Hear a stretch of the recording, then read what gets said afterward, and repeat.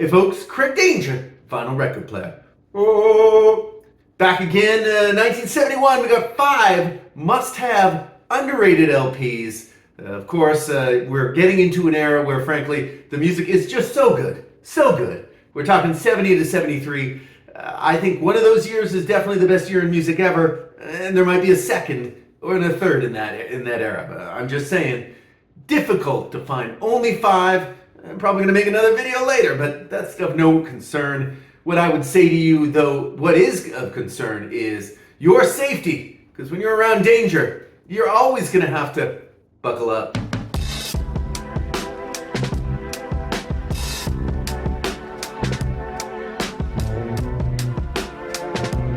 All right, so yeah, we're back, and you know what? I'm just cut right into these things. Really good records.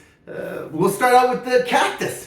A little bit of One Way or Another from 1971. A definite must-have. This, of course, is their second LP. A bit of a super group, of course. You have the rhythm section from Vanilla Fudge. You have Jim McCarty, who, of course, is ex-guitarist of the Mitch Ryder and the Detroit Wheels, also the Buddy Miles Express, and then the singer from the Amboy Dukes. So it's a bit of a hodgepodge of super group-ism. But you know what? Rocking this stuff. In the previous video, there was a gentleman who made a comment effectively saying, hey, what about Cactus? Cactus is a deeply underrated and must-have LP from 1970. I completely agree.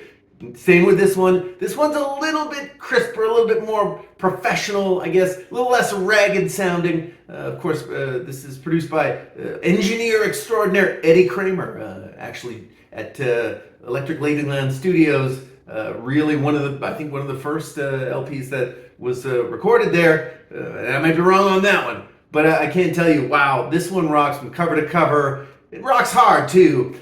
The thing about Cactus that always really kind of surprises me is they never kind of really went anywhere, and they really should have. Like I say, the riffing on this is just absolutely fantastic. The title track is amazing. Long Tall Sally. This is basically very similar to their first album in that you got six originals, you got 2 covers, and just a pile of absolute riff rockin' madness is my sense. And like I say, the singer from the Amboy Dukes, good soulful voice. I think he's a perfect sort of hard rock voice. But yeah. One Way or Another, again, I think honestly you could pick up almost any of the first 3 or 4 Cactus LPs, and certainly this one I got in the bins for like about $5. It's used, it's a little tattered, but you know what, it plays nice. I think this is probably repressed, I think by this point. As we know, most hard rock, they tend to mine it pretty heavily, but you know what, Cactus, One Way or Another, it's my first selection for, of course, a must-have but highly underrated LP from 1971. And of course, just wanted to again mention and thank everybody for liking and subscribing. Oh, I'm blown away. I got over 1,000 subscribers. I'm giddy like a baby, I don't know, like a baby horse. Would baby horses be giddy? Anyway, doesn't matter. Just want to thank everybody. The fact is that your likes and your subscribes really help. And yeah, we're growing the old channel here at Craig Danger, and it's all thanks to you. Again, thank you everybody also for commenting. The comment section is on fire, and wow, I don't know, people who are watching Craig Danger, they got the knowledge. They have the knowledge. So please, feel free. Put some of those 71 titles in the comments. Number 2, I mean, you know, you want to talk about odd? How about the beginning of it all? I'm talking about, of course, Ben E. King. Now, I know you're thinking, Ben E. King? Yes. Odd? Absolutely. By this point, by 71, Benny was not very hip. Had a hit in around 67 called What Is Soul? Really, kind of a bit of a classic jam. He never really had that kind of hit-making period in the late 60s when you had your Stax and your Motown. But he comes back in 71. He had like a couple of albums. They didn't sell anything. He comes back on the Mandela label, which is kind of odd. Comes back and basically has a deal. I think he's still got a deal with Atlantic. Goes through Mandela. You know, for me, I'm coming for the boots. and I'm staying for the tunes. But obviously the boots, and Ben's looking good on the back. Got the sweater happening, as one would do. But you know what? Despite its grapey appeal, this is actually a really, really excellent album. Lots of, obviously it's a soul album, so you're gonna get your share of covers. But this one's got "Take Me to the Pilot," Elton John song. It's got "Only You Know and I Know," and of course "Into the Mystic." Ooh, smoking version of "Into the Mystic." But it's not just that. We're talking about some excellent originals. So "This Is Goodbye" is just a heartbreaking gem. The strings on that are absolutely the melancholy. The melancholy. Great, fantastic stuff. "Traveling Woman," written by, of course, Benny King. Really, really great songs. This album, again, not easy to find. I think it sold about 10 copies.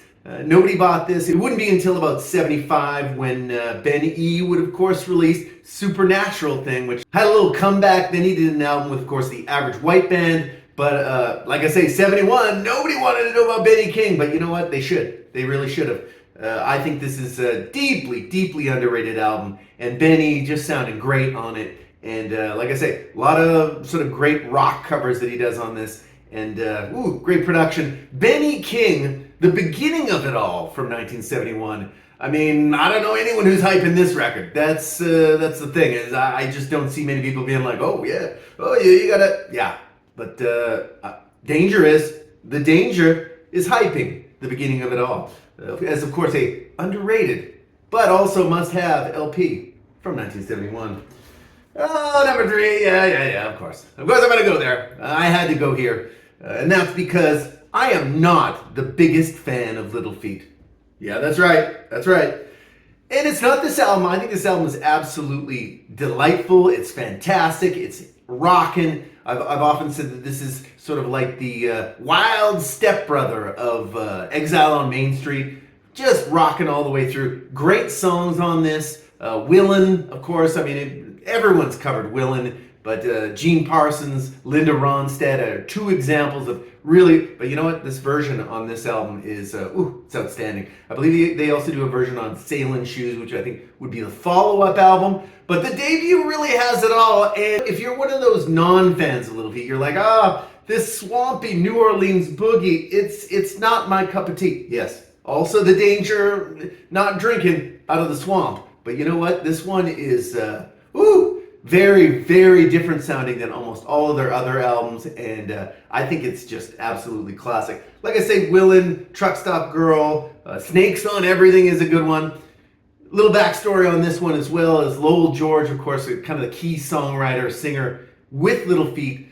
He would break his fingers during the recording of this, so who are they going to get to do the slide parts? How about Ry Cooder? If you know Ry Cooder's got a sound. He has a slide style that really almost can't be duplicated. And he's on a few tracks on this one because, of course, playing slide with a broken finger, not as easy.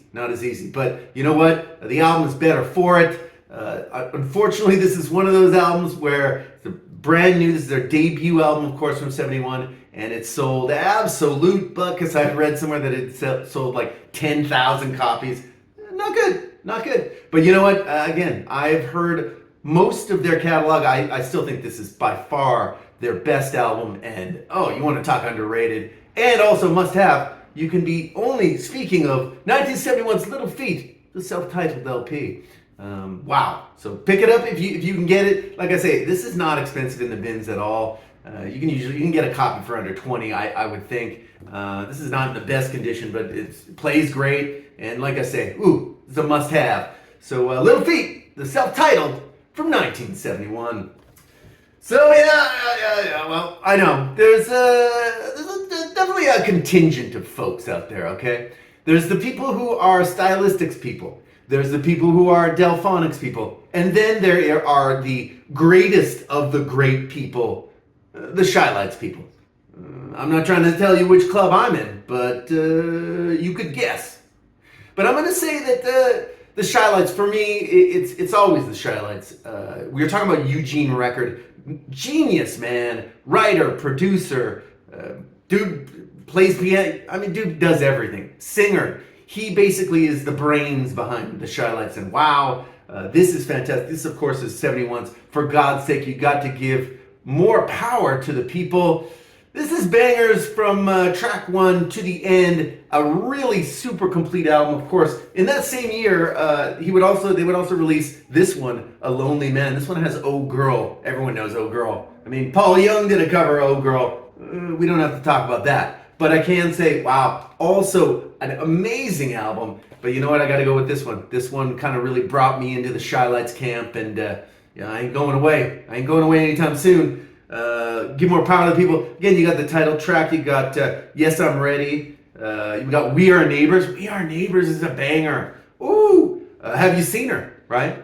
Another top 10 hit for the Shy-Lights. I think that was the first one. And then Oh Girl came second. But yeah, 1971, Eugene record and the Shy-Lights basically make their two most complete albums of their entire career. And this one, it's so close. Both of them are deeply underrated. No one ever is like, oh, how about those Shy-Light albums from the 1971? They don't say that, but they're wrong. They should be saying that. And frankly, yeah, More Power to the People. You can get either album, to be honest. They're both absolutely fantastic. Of course, it's on the Brunswick label, but this one was the one that first drew me. And wow. Like I say, rest of the 70s, they did some good albums, but nothing with this kind of consistency across the board. Every track is fantastic. So yeah, For God's Sake, Give More Power to the People, the Shy-Lights. Great sentiment from 1971, and also a underrated must-have LP. How are we going to end this one off? I know, it's a weirdie. It's a weirdie right here, but how about 1971's self-titled Link Wray? Which is a weird album. It's nothing like Link Wray. If you're thinking, oh, is this like Link Wray, like the Rumble guy? Is he going to do a bunch of instrumentals? No. This one's almost tribal, and it's tribal. Get it? He's got that First Nations vibe happening right here. But basically, really kind of a super rootsy record. A lot of just sort of like rambling, tambling type of beats. Hilarious story about this one was that they recorded this on Link Wray's farm, basically, and he had a little shack at the farm. They called it the 3-track shack because, of course, he had a 3-track recorder. They're doing stuff like miking guitars. They're miking windows with the amp outside and all this other stuff. But my favorite part is really that they had a piano and they were like, oh, we don't need to tune no piano. What are you talking about tune? So instead, that might have been a little pricey. They're just like, you know what, let's just tune all the guitars and all the instruments to the out-of-tune piano. Let's just go ahead and do that and record an album. And it is absolutely fantastic. Highlights on this one. Again, it's super rootsy. I hesitate to call it country rock because it does have almost like a pounding, thudding sort of beat throughout it. I mean, it starts off with La-Di-Da, which for me is like, it sounds like a revolution, frankly. It sounds like something's about to happen. And it's for the people. And it might not all be good. It might be trouble. Maybe good trouble. But you know what? La-Di-Da, Fire and Brimstone is on this. Ice People's a good one. You know what? This whole album, cover to cover, I actually just listened to this one today. And I still think that this is just an outstanding album. Of course, well, sold absolute butt kiss. Has nothing to do with the original sort of Link Wray with the sort of guitar pyrotechniques. But you know what? He would record this and a couple of other ones with his brother. And then there's a gentleman named Robert Gordon, which he then later recorded a couple of albums with. I think sort of in a similar style. But you know what? It really comes back to this original. Actually, this is also a gatefold, as you can see. You got a beautiful gatefold here. Of course, some shots on the back. Ooh, it's a cooker of a record. Really, really good. Just give it a listen. It's even hard to explain exactly what it is, but wow, very rootsy, very, like I say, almost rambling is the beats throughout this record. But yeah, and Link Wray, oh, great singer, just sort of gruff and rough and tumble and ready to basically make one of Craig Danger's 5 must-have underrated LPs of 1971. So way to go, Link. Way to go, Link.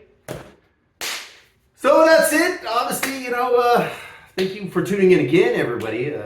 Like, subscribe. If you're still chilling, why are you not liking and subscribing? You really should. It's good for you. It's good for your health. They're telling me. Really good for your health. Add a couple of years to your life. All you gotta do is like and subscribe. I know, it's crazy. They just discovered this last week. Anyway, you know what? Thank you again for having some more fun with me. Here, Craig Danger, obviously the vinyl record player. But you know what? I'm gonna have to say that I'm gonna see you on the next one.